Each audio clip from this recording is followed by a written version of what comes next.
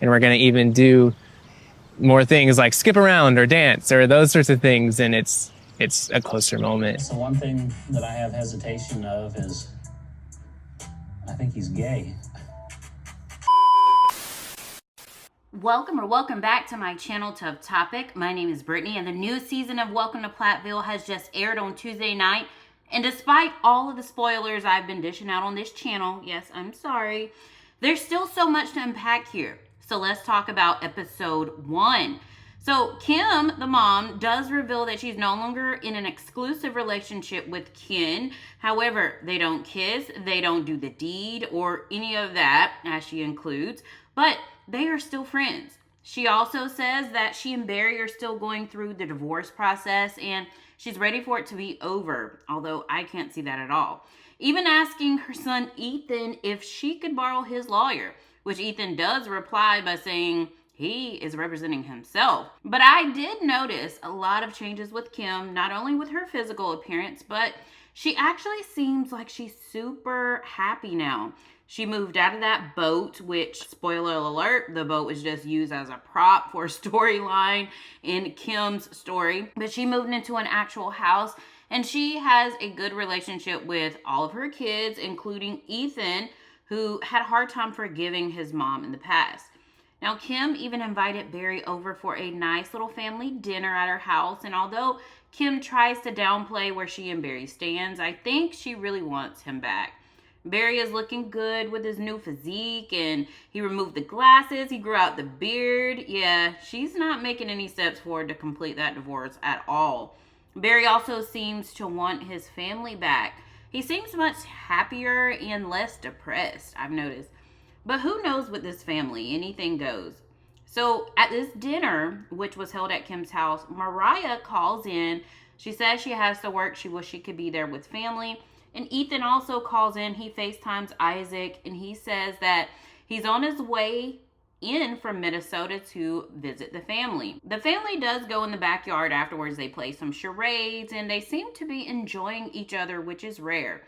But then we get to Micah and Veronica's segment. Now, you guys know that I have been talking a lot about Veronica and her speaking out. You can tell the filming was done at two completely different time frames, because Veronica is sharing how she and Mariah have stopped speaking, and Mariah wrote her an apology letter, which was typical for Mariah. She always does those types of things when she realizes that she's in the wrong. It's like she tries to apologize, but then she's hesitant about it.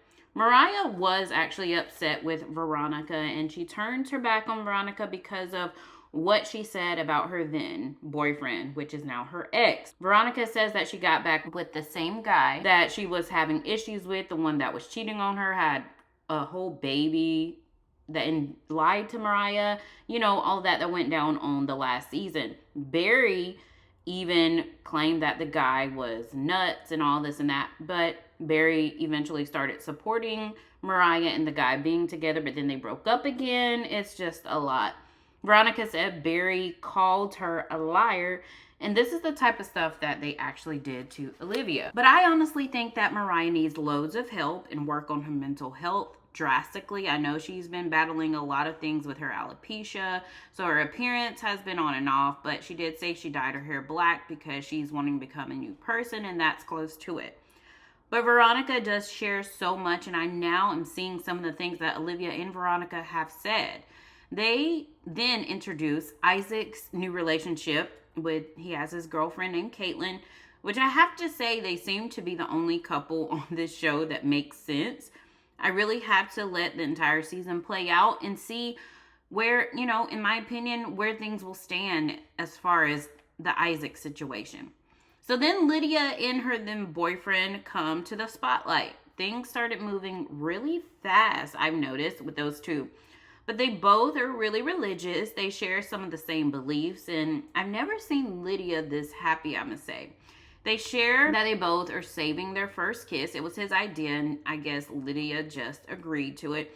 And it seems like it's worked out fine with them so far. Zach asking Barry for his blessing to marry Lydia right after only a couple weeks of dating. That seemed a little bit fast, but I mean, if you're very religious, it seems like you rush things so that you're able to do all these things that you feel like you can't do because of your religion. Awkward when he did ask for Barry's blessing. I mean, I don't know if he was just nervous or, you know, Barry may have been a little bit intimidating, but I don't know. What do you guys think? But moving on, it couldn't get any more awkward than Ethan meeting Zach. Lydia, she was in the kitchen. She was just sharing how they first met. Ethan was smiling but looking very uncomfortable. And at the same time, Ethan, in his interview, he said, "What is going on here? Like, my dad, it seems like somebody put something in his drink." Everybody was giddy and laughing. And I'm just like, they're all having a good time. Ethan, he noticed that his sister is happy, but he then says there's only one little hesitation he has about it. And he says he thinks that Lydia's boyfriend is gay. As if he has any room to judge anyone's relationship. The way he treated Olivia, oh man.